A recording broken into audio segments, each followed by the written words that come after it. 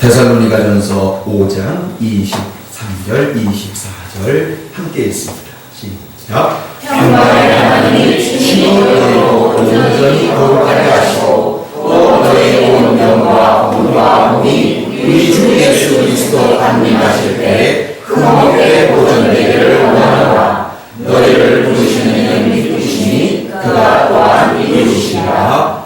아멘.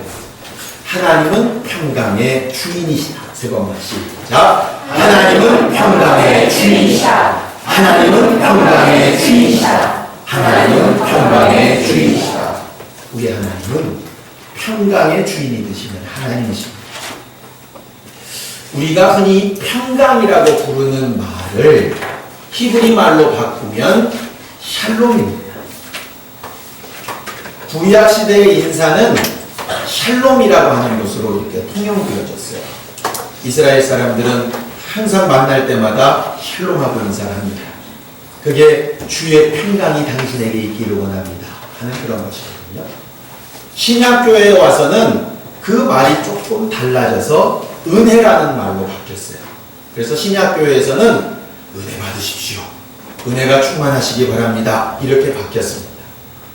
헬라인들 사이에서는 은혜라는 말이 굉장히 많이 통용이 되었고, 유대인들에게는 샬롬, 평강이라는 말이 굉장히 많이 통용이 됐습니다. 그래서 바울 서신에 보면 하나님의 은혜와 평강이 너희 모든 우리로 함께 있을지어다 항상 이렇게 얘기하거든요.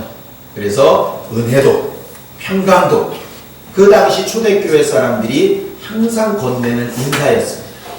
몇 사람들과 인사해 보시죠. 은혜와 평강이 충만하시기 바랍니다. 은혜와 평강이 충만하시기 바랍니다. 은혜와 평강이 충만한 그게 신앙생활입니다. 그런데 그 은혜와 평강은 오직 하나님으로부터 납니다. 우리가요, 이 평강이라는 말을 좀 잘 알 필요가 있습니다. 성경에는 편안이라는 말도 있고, 평안이라는 말도 있고, 평강이라는 말도 있습니다.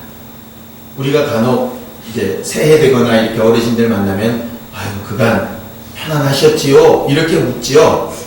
그 편안하다 하는 말은 어디에 소속되는 말이냐면, 오늘 성경 본문에 있는 것처럼 영과 혼과 몸 가운데 어디겠어요? 몸이겠죠. 예. 편안합니까? 그 얘기는 뭐냐면 몸이나 환경 얘기할 때 편안하다 이런 말을 씁니다. 그러니까 밖에 나가서 열심히 일하다가 집에 돌아와서 다 침대에 몸을 누우면 뭐라고 나오죠? 편안하다. 이렇게 나오지 딱 등대면서 평강이 있다 이렇게는 말 안 한다. 그러니까 몸이 편할 때 편안하다 이런 말을 씁니다. 그래서 눈치 빠른 분은 아시겠죠? 그럼 편안이 아니라 평안, 그러면 어디에 속하겠어요? 그건 이제 혼에 속하는 것입니다. 마음이 평안합니까? 이렇게 묻는 겁니다. 그래서 축사할 때도 간혹 얘기하죠. 평안하세요. 그 얘기는 뭐냐면 마음을 좀 내려놓으라는 뜻이거든요. 불안과 두려움이 없는 상태를 평안이라고 합니다. 근데 재밌는 것은요, 편안한 것이 꼭 평안한 것은 아니에요. 제가 예전에 금융기관에 있었는데요. 금융기관에 오는 사람들이 돈 굉장히 많고 잘 사는 사람들이 있습니다. 근데 그런 사람들이 항상 가지고 있는 것 중에 하나가 뭐냐면 두려움이에요. 왜? 집값 떨어질까 봐 두렵고, 땅값 떨어질까 봐 두렵고, 주식 사놨는데 그거 떨어질까 봐 두렵고, 애시당초 주식을 안 사놓은 사람은 주식이 떨어지든 올라가든 상관이 없습니다. 그런데 가진 사람은 이게 불안한. 그래서 실제로 제가 금융기관에 있으면서 주식 관련 업무도 했었는데요. 주식 관련 업무를 담당할 때에는요, 밥도 제대로 못 먹었어요. 왜? 내가 밥 숟갈, 두 숟갈 뜨는 동안에 이놈이 1,000원 오를지 300원 떨어질지 몰라요. 그러니까 너긋하게 밥 먹고 하는데 1,000원 떨어졌으면 이게 갑자기 손해가 몇 천만 원 나거든요. 그러니까 밥을 먹으면서도 계속 화면을 보고 있는 거예요. 이게 거의 환자 수준입니다.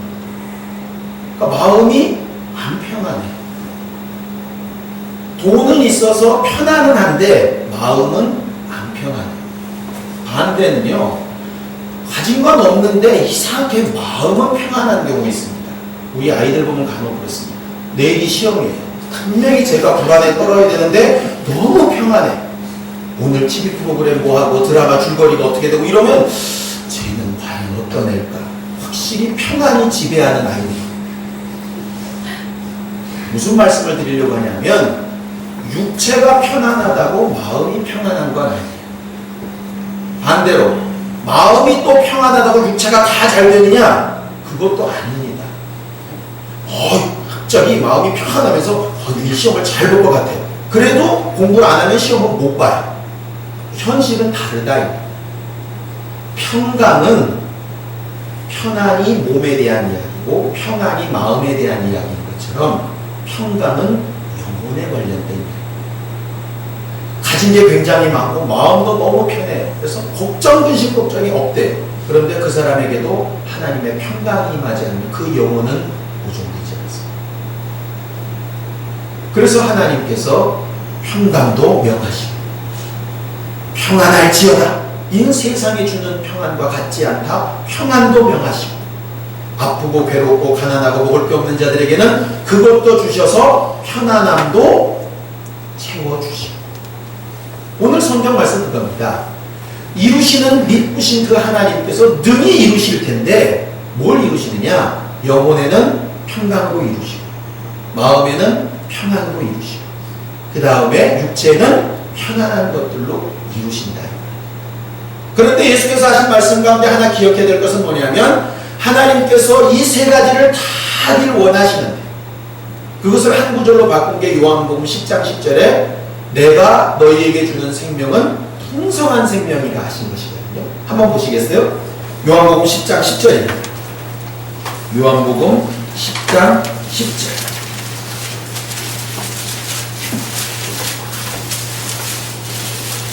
함께 읽습니다. 신약성경 163페이지 요한복음 10장 10절 시작. 도저히 오는 것은 도적질하고 죽이고 멸망시키려는 것뿐이요 내가 온 것은 양으로 생명을 얻게 하고 더 풍성히 얻게 하려는 것이라 그랬어요.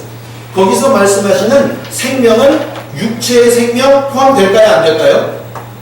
됩니다. 그런데 육체의 생명만 가지고는 풍성한 생명이라고 얘기 안 하세요. 마음이 평안한 거 포함될까요? 안 될까요? 포함됩니다. 그러니까요, 하나님 앞에 물질이나 건강 구하는 거 잘못됐다? 잘못 안 됐습니다. 그거 당연히 구해야 되는 겁니다. 육체의 건강을 구하는 게 잘못됐다면 예수 앞에 병 고치러 온 사람들 예수께서 다 야단치셨어요. 그런데 그러지 않아요. 그의 제자들에게 떠나시면서는 너희가 이제부터는 돈 가지고 옷도 사고 칼도 사고 전대도 사고 그러려면 뭐가 있어야 되겠어요? 돈 있어야죠. 그러니까 제자들에게 칼, 신발, 옷, 전대 구하기 전에 뭐부터 있어야 되는 거 가르치자면 돈부터 있어야 된다고 가르치신다니까요. 그러니까 돈 구하는 것도 당연히 있어야 됩니다. 갑자기 마음이 평안해지시죠. 육체에 필요한 거 있어야 됩니다. 마음에 평안한 것도 있어야 됩니다. 근데 예수가 주시기로 하셨던 풍성한 생명은 뭐냐면 그것보다 더한 것. 영혼의 생명까지 이렇게 얘기하는 겁니다. 그런데 우리는 자꾸 육체 거 채워지고 나면 마음도 평안했으면 좋겠고 마음이 평안한 다음에야 비로소 예수도 좀 믿겠다 이렇게 생각하거든요. 그래서 흔히 이렇게 얘기합니다. 환자에게 가서 예수 믿으시죠? 병 낫게 해주면 믿을게요. 지금 예수 믿으시죠? 지금 내가 너무 마음이 번잡스럽고 힘드니까요. 좀 평안해지면 예수 믿겠습니다. 순서가 그렇게 되더라고요. 그런데요, 제가 늘 이런 비유를 자주 씁니다. 사람이 옷을 입을 때도 먼저 입을 것과 나중에 입을 게 있습니다. 그렇죠? 겉옷을 먼저 입고 속옷을 나중에 입으면 뭐가 되는지 아세요? 슈퍼맨이 됩니다. 유일하게 겉옷과 속옷을 바꿔 입어서 괜찮은 것은 슈퍼맨 한 사람밖에 없어요. 나머지는 미쳤다는 소리가 있어요. 그래서 예수께서 나는 너희에게 편안한 생명, 충만한 생명, 평강의 생명 다 주기를 원하는데 그런데 먼저 그의 나라와 의를 먼저 구하라 하신 것은 뭐냐면 평강, 평안, 그 다음 육체는 그 다음 그렇게 된다. 그러니까 예수께서 병 고치고 온 사람들한테 뭐부터 얘기하시죠? 병 나아라부터 먼저 하세요? 죄 씻음 받았다부터 먼저 하세요? 죄 씻음 받았다 먼저 하시는 거예요. 왜? 그게 평강에 관련된 문제예요. 무슨 얘기냐? 병의 뿌리를 그대로 놔두고 겉만 계속 발라서는 문제가 심각해지겠죠. 안에 고름이 꽉 차 있는데 그걸 빼지 않고 계속 그 위에다가 네일밴드만 붙인다고 낫겠습니까? 똑같은 내용이라.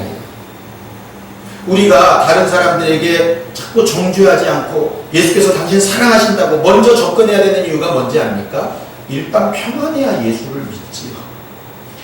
거기다가 당신 그럼 저주받아, 당신 그렇게 살면 귀신 들어, 백날 얘기하면요 마음이 안 풀리는데 어떻게 육체나 환경이 풀리겠어요?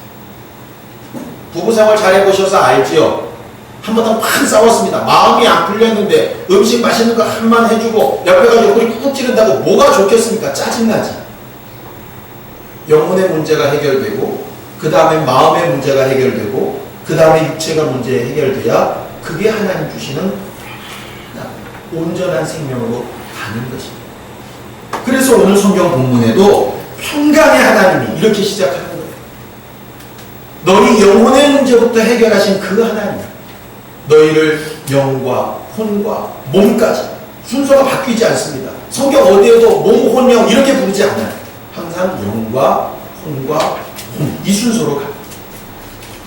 요한 3서에도 얘기하죠. 내 영혼이 잘된 것이지, 범사에 잘된, 강건하고 이렇게 간다.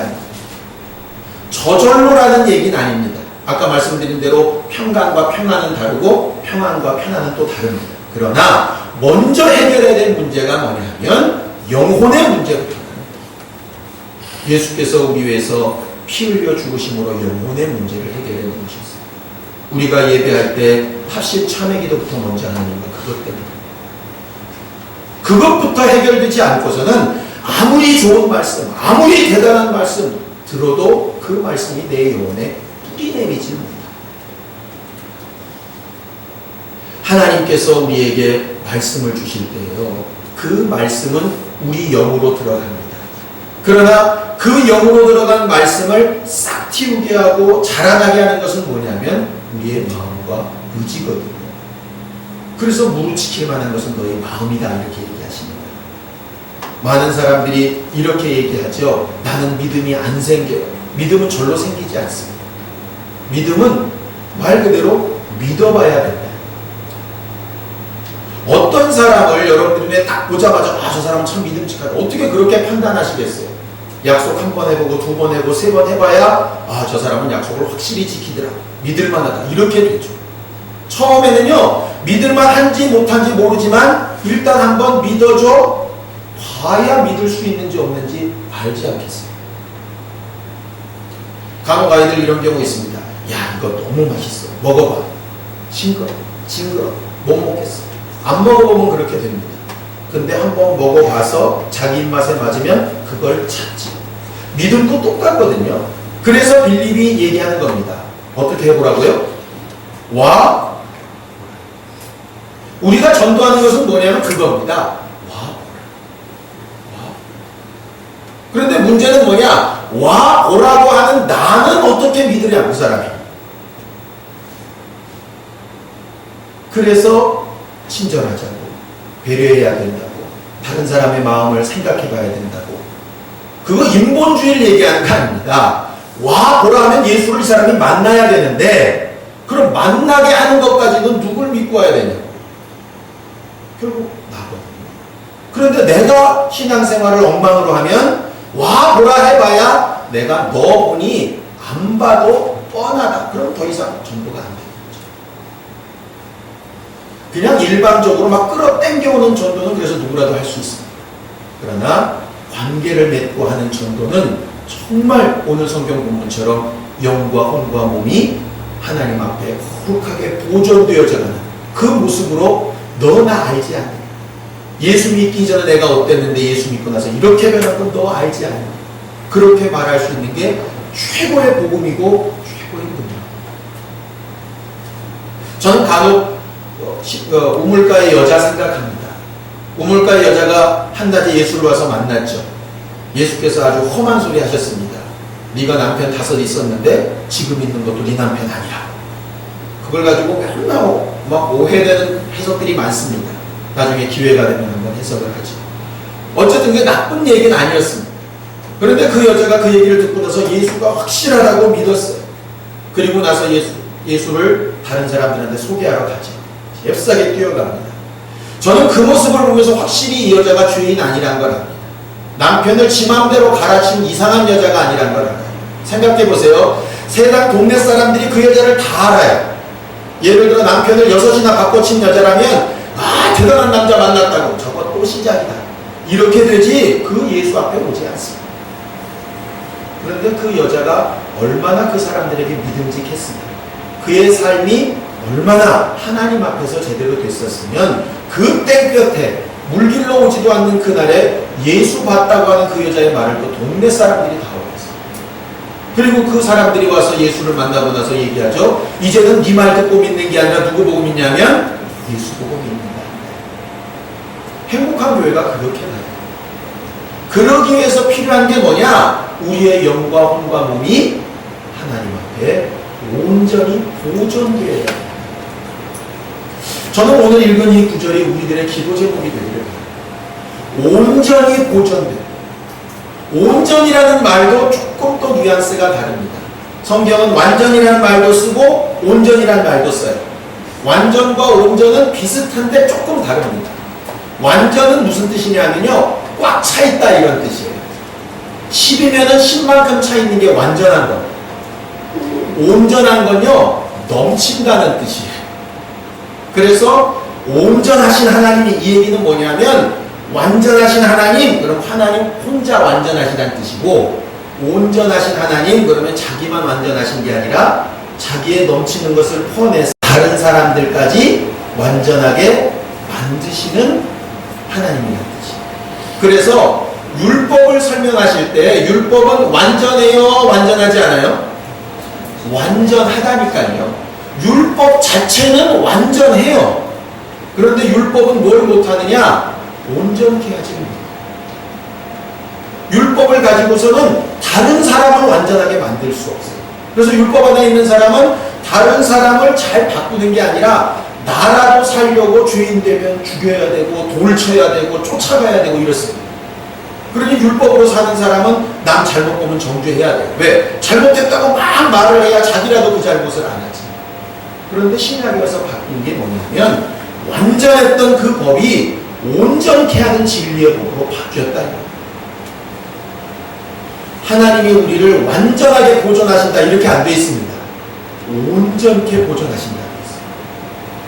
예수께서 넘치는 생명력으로 일하시니까 원래는 죄인이 의인을 만지면 의인이 죄인 돼야 되는데 예수의 의가 너무 넘치니까 죄인이 의인으로 바뀌어버리죠. 그러니까 바리새인들은 이해를 못하는 거예요. 과거의 선지자들도 문둥병자나 죄인들이 만지면 선지자들도 제사장들도 더럽게 되는데 저는 과연 누구인데 저를 통해서 거꾸로 이 사람들이 제대로 돼버리느냐. 우리가 믿는 복음은 그것이거든요. 그래서 예수께서 나는 의인을 부르러 온 게 아니라 죄인을 부르러 왔다 하십니다. 왜? 넘치는 것으로 살리려고 오셨어요. 교회는요, 넘치는 것으로 살리라는 곳이지 완전해지라는 곳이 아닙니다. 벽을 딱 쌓고 세상은 저 따로 살고 우리끼리 잘 살자, 이거 결코 아니라. 그래서 행복한 교회의 영문이 뭔지 아시죠?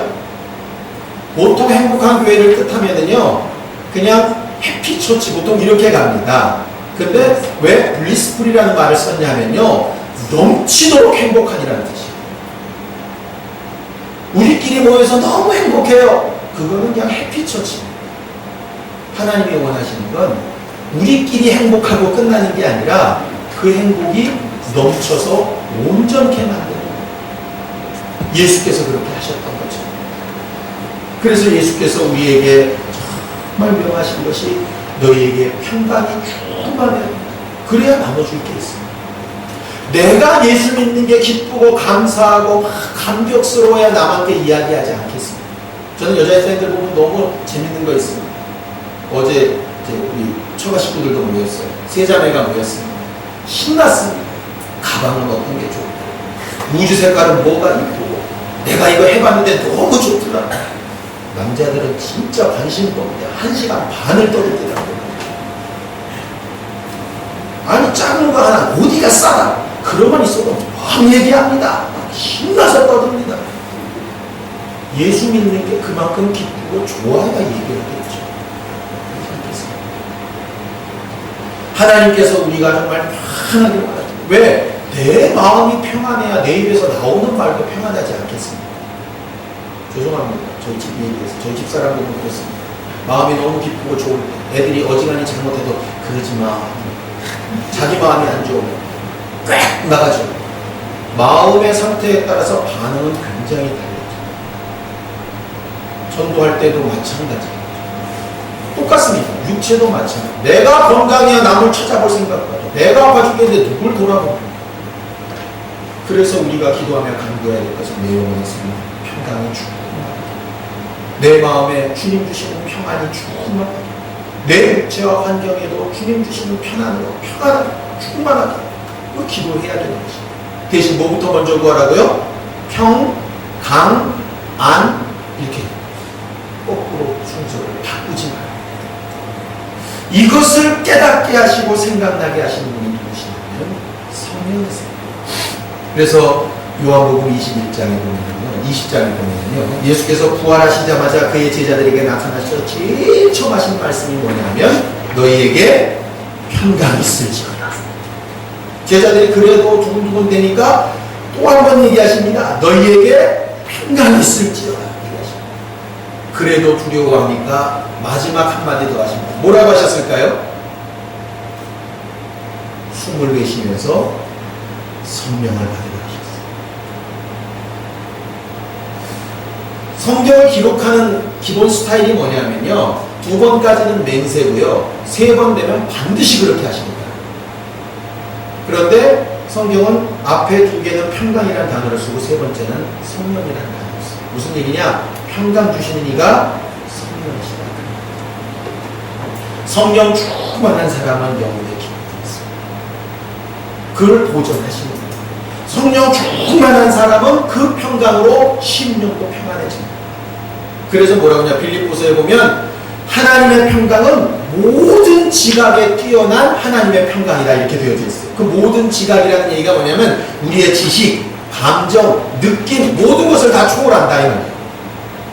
그러니까 몸은 아파도 평강이 있을 수 있어요. 왜? 그 감각을 초월하니까. 38년 된 중풍병자는 몸의 감각이 제대로 돌아왔겠어요? 안 돌아왔겠어요? 안 돌아왔습니다. 근데 주의 평강이 임하니까 그 감각을 초월한다니까. 죽은 지 나흘 된 나사로는 아무 감각도 의식도 없습니다. 그런데 주의 평강은 그걸 초월한다니까. 그걸 다른 말로 이적이에요. 우리는 그걸 구하며 사는 그러니 제발 이렇게 기도하지 마십시오. 하나님, 상황 이렇게 되면 정말 제가 열심히 하겠습니다. 하나님, 육체 이렇게 되면 정말 좋겠습니다. 이 사람 이렇게 바꿔주시면 이렇게 하겠습니다. 정말 이미 해놓으신 것입니다. 그것을 하나님 내게 평강 주셨습니다. 이 평강 가지고 이렇게 하겠습니다. 하나님은 믿으시니 그 일을 이루실 줄을 내가 믿습니다. 하고 나아가는 것이 내 신앙생활 제대로 하는 사람입니다. 우리가 기도해야 될 것은 주의 평강이 있기를 따라합시다. 내 영혼아, 주의 평강이 있을지어다. 내 영혼아, 주의 평강이 있을지어다. 주의 평강이 있을지어다. 그 평강으로 우리의 영과魂과 몸이 주님 오시는 그날까지 온전케 보존되어지는 신령한 우리 모두가 되기를 예수님의 이름으로 축원합니다. 히브리서에 보면 믿음의 주여 온전케 하시는 예수를 바라보자 이랬습니다. 그는 우리를 온전케 하시기 위해서 지금도 넘치는 생명과 복으로 공급하시는 분이세요. 그 평강을 잡아누리는 우리 모두가 되어야 합니다. 마지막으로 한 구절만 읽어보죠. 그럼 그 평강이 누구에게 임하고 내 영혼아 평강이 있을지어다 했는데 그 평강이 어떻게 해야 내 안에서 역사할까? 그건 적어도 알아야 유지하지 않겠어요. 이사야서 26장 3절입니다. 이사야서 26장 3절입니다. 이사야서 26장 3절입니다. 구약성경 994페이지 이사야서 26장 3절 함께 읽지 시작. 주께서 심지가 견고한 자를 평강에 평강으로 지키시니 이는 그가 주를 예배하니. 다시 한 번만. 주께서 심지가 견고한 자를 평강에 평강으로 지키시니 이는 그가 주를 예배함이니라. 누구에게 평강에 평강으로 지키신다고요? 심지가 견고한 자. 이걸 다른 말로 쉽게 풀이한 성경에 보면 뻔한 마음이 있는 자, 이런 뜻입니다. 하나님의 말씀을 의지한다 하는 것이 그것입니다. 우리가 의지를 초월하지 않는 하나님이라 하는 것도 그것입니다. 고린도후서에 보면 할 마음만 있으면 하나님께서 받으실 것이다 그러셨어요. 예수께서 바리새인과 서두개인들에게 너희가 입술로는 나를 존경하나 마음은 내게서 멀다 하셨어요. 결국 우리가 내 영혼아 주의 평강이 있을지어다 하는 이 마음을 얼만큼 잘 굳게 견고하게 한 주일 동안 잘 붙들고 기도하여 성령으로 일하시게 하느냐에 따라서 다음 주에 우리가 왔을 때 그 얼굴과 삶과 환경과 형편이 분명히 달라져 있을 거예요. 말씀 듣고 심지가 견고하지 못하면 아무리 평강을 외쳐도 그것이 나를 지킬 수 없다. 하나님은 말씀과 위로와 믿음으로 역사하시고 우리는 우리의 의지와 결단으로 응답하는 신령한 한 주간이 되기를 예수님의 이름으로 축원합니다. 주의 이름으로 축원합니다. 시간 예수의 한번 부르고 간절히 같이 기도할 때 주께서 내게 평강을 명하여 주셨사오니 그 평강이 내 영과 혼과 몸과 환경과 형편과 가정과 내 사업과 내 모든 손대는 일에 함께 역사하여 주시기까지 내 심지를 견고케 하여서 성령으로 일하시게 하고 주의 것으로 충만한 우리 모두가 되게 하여 주시옵소서. 예수의 두 번 부르고 간절히 같이 기도하겠습니다. 예수여! 예수여! 거룩하신 하나님 아버지, 하나님께서 주 예수를 통하여 우리에게 평강을 명하여 주셨사오니 그 평강이 우리 안에 살아 움직이게 도와 주시옵시고 성령으로 구원하시는 증거들이 넘쳐서 우리의 영과 혼과 몸이 다 하나님 앞에 온전케 되게 하사 우리를 통하여 살아나는 사람들, 변화받는 사람들, 주 예수께 와보는 사람들이 늘어나는 거룩하고 아름다운 교회 되게 우리 모두를 도와 주시옵소서. 병든 자를 고쳐 주시옵시고 마음이 상한 자들을 위로하여 주시옵소서. 영혼에 힘이 없는 자들에게 평강이 있으라 하시는 주의 명이 임하게 도와 주시옵소서. 이 말씀을 의지하여 주는 미쁘시다 하여 입으실 것을 믿고 그 마음과 생각을 지키는 자들에게 평강의 평강으로 함께하여 주시옵소서. 예수님의 이름으로 축복하며 기도하였습니다. 아멘.